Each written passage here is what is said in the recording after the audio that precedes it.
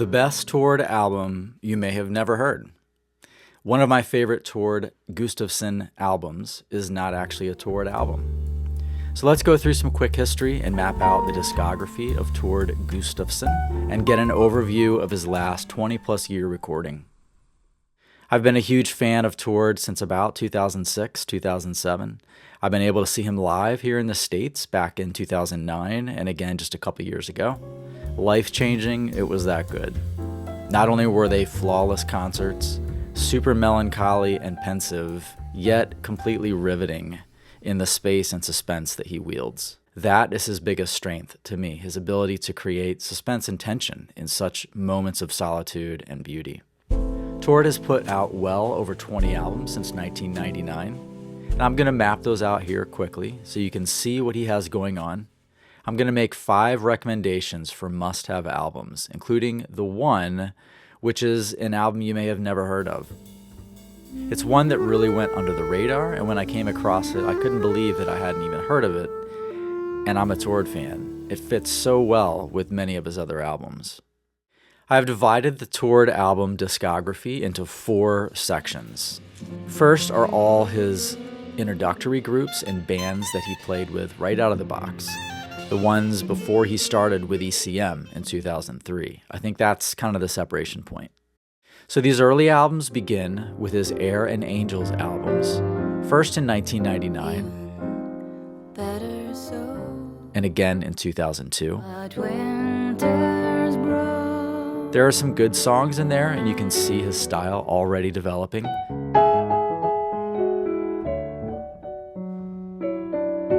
But it's not yet the full peak of his talent.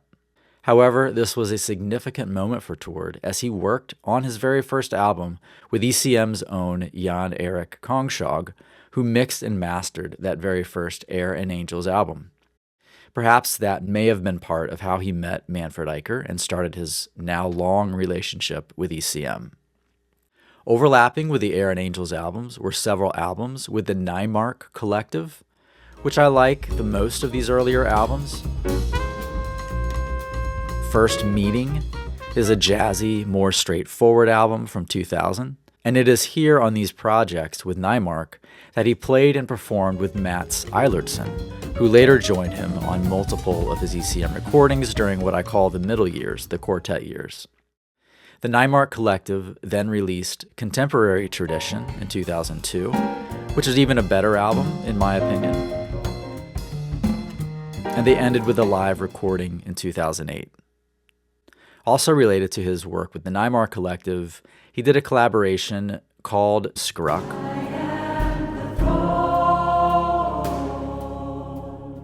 And there's some really beautiful stuff here.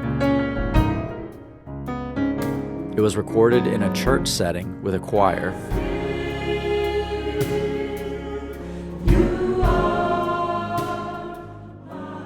Then Tord also recorded 3 albums and a live album with singer Silje Niergaard. That were not bad, but were actually my least favorite of all Tord's recordings. It's just not a Tord-style album for me. But this is where Tord really began playing extensively with one of his closest bandmates and longtime drummer, Jarle Vespestedt. He also played here with bassist Harald Jansen on those albums, which had to be a very valuable experience, as both of them became his band on all 3 of his first ECM trio albums. And finally, Tord recorded 3 albums during this early period with the Karl Petter Opsahl Band, and those albums had some great moments as well, worth checking out. I actually made a Tord Gustavsen playlist, a kind of my favorites from all these earlier albums. Check it out down in the description section below. It was Tord's first trio releases, beginning in 2003 with ECM, that really put him on the map, and he made one delivery of perfection after another. He released what I call the perfect trilogy, consisting of Changing Places in 2003, recorded in 2 separate sessions with ECM, The Ground in 2005, and he finished the perfect trio in 2007 with the album Being There. And what I love about these 3 albums is it's like they're all one set. The album doesn't stop after changing places. It keeps going for 2 more albums. And all 3 belong to the same experience, the same vibe. I love these 3 kind of as one collective thought. I mean, who doesn't wish that Joe Farrell, Chick Corea, Airto, and Flora Purim had given the world one more Return to Forever album? But they didn't, and we all got robbed. So I like that Tord gave us 3 of these perfect albums. These 3 trio albums sold many physical CDs and really launched Tord into some international tours, including the USA. Then we get into the next phase, what I call the middle years, from 2009 to 2016. After that stunningly impressive trio of trios, and partially because the sad and sudden passing of bassist Harald Janssen, Tord branched off into a new series of albums of other formations and collaborations, mainly consisting of a quartet-based formation. First, in 2009, Tord put together his tried-and-true drummer, Jarl Vespested, with bassist Mats Eilertsen from the Neimark Collective, along with Tor Brunborg, making up a new quartet for the next few albums. The first of these albums also included vocalist Kristen Asbjornsen, who Tord had also worked with on the Neimark Collective albums. The second of these albums, The Well, in 2012, focused just on the quartet, as well as the third, Extended Circle, from 2014. These were great albums, just not quite as potent as those first 3 trio albums for me.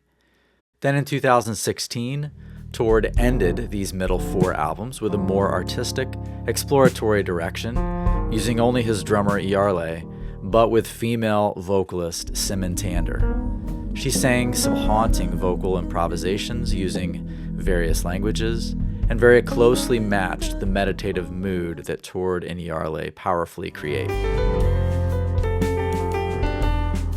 It's really an album you need to hear. It's not my favorite Tord album, but it is a very intriguing and creative album. So this album ends the middle years between the 2 sets of trios. The second set of trios begins in 2018 with a new bassist, Sigurd Halle. Tord gives us The Other Side, still with Jarle on drums. Then in 2022, we get the album Opening, with Steinar Raknes on bass. And then Tord finishes the remaining trio album with the most recent Seeing album released in 2024. And this is my favorite of these second set of trio albums. Seeing is my 4th recommended album. All of these trio albums are excellent, top-notch, but something about the flow of Seeing is just perfect to me. So we went through all of Tord's albums, and we're at the end, and you're probably asking, where's that 5th album that I'm going to recommend? So Tord has had a few other albums along the way that went a little bit under the radar, and this 5th album is one of those. It's an amazing album by Ulrich Drechsler called Humans and Places. It was released in 2006, in the middle of Tord's first set of trio albums from ECM. This was not an ECM release, though it sounds like it. It is a beautiful album, and in my mind, it is a really good companion piece to those first 3 albums from ECM. If you love Tord and his moody, minimalistic sound, you will love this album. It even features 2 songs from Tord's Changing Places album. Drechsler plays the bass clarinet. The vibe of this album fits so well with those first 3 ECM albums that Tord recorded in the early 2000s. So that's what I have. 5 amazing recommendations, some of my favorite albums from Tord. I hope you enjoy these suggestions. Keep an eye out for Tord this year. He is out on tour.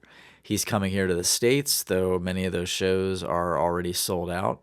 If you have a chance to see him, you got to go. You don't want to miss. If you can see him, he's amazing.